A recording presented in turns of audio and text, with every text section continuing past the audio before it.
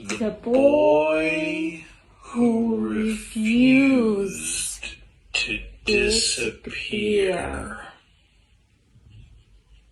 What if I told you that somewhere in a forgotten corner of the world, a quiet boy with no money, no connections, and no clear future, would one day grow into a man whose decisions changed thousands of lives, yet almost no one outside a small town knows his name. What if I told you that his man, Albert Camus, was not born extraordinary, but he became extraordinary the moment he chose a different path than the world expected from him. This is not a story of fame. This is not a story of luck. It's a story of choice, of courage, of a boy who refused to disappear. This is the life of Albert Camus. So stay with me until the end of this video. By the time Albert Camus' journey is over, you won't just know his story, you will see your own challenges, your own pain, and your own potential in a completely different way.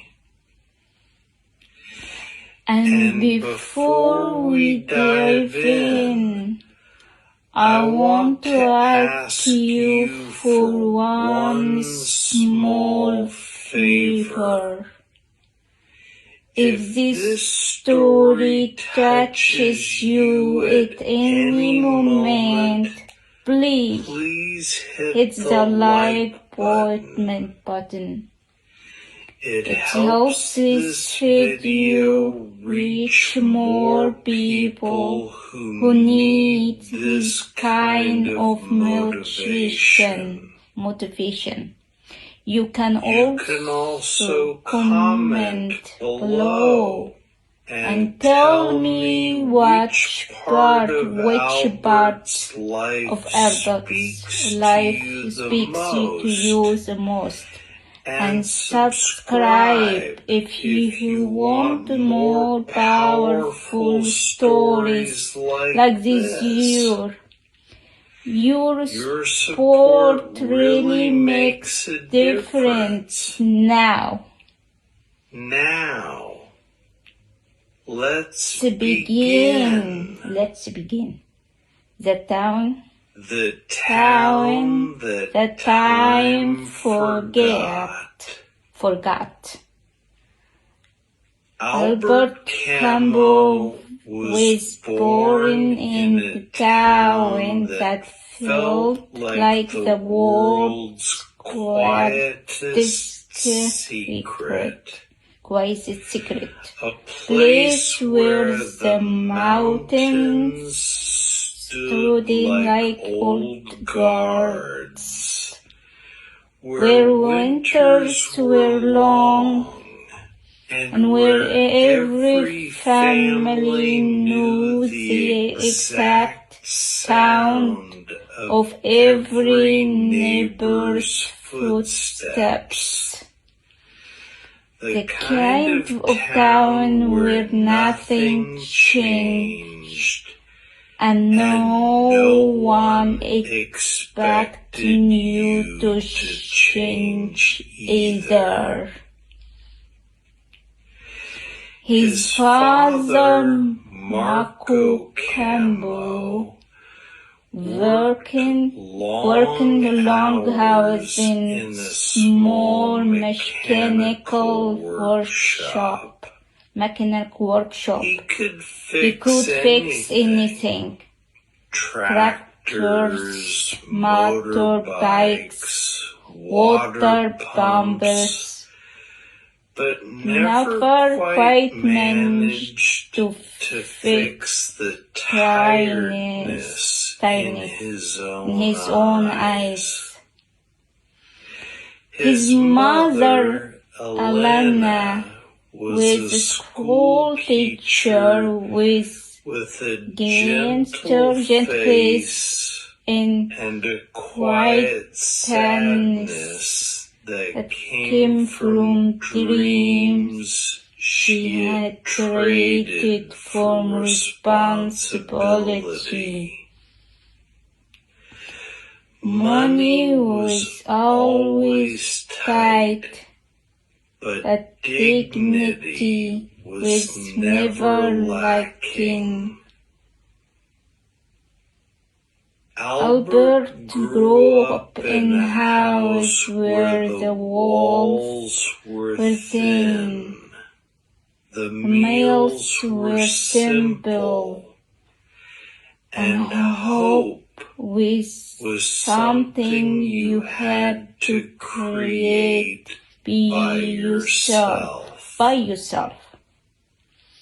Even as a child, he carried a sense of stillness, an inner world so loud that sometimes he didn't hear people calling his name. He was the smartest kid in school, nor the strongest, nor the loudest. Teachers often described him as brilliant, but somewhere else. But anyone who watched him closely would notice something different. Albert absorbed everything. He watched how people moved, how they spoke, how they reacted to problems. He could see patterns in chaos, understand conflicts before they started, and somehow sense what people weren't saying. He was invisible in the classroom, but deeply connected to the world around him. This quiet watching would later become his superpower. The first fall.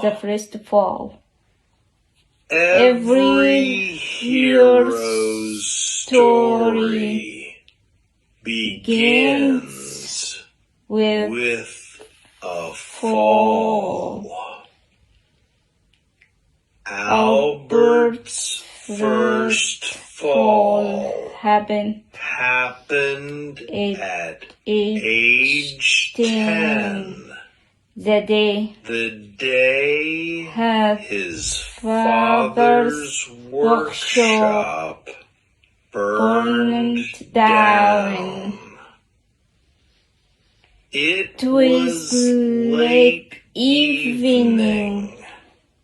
The town was silent except for a single scream that cut across the cold air.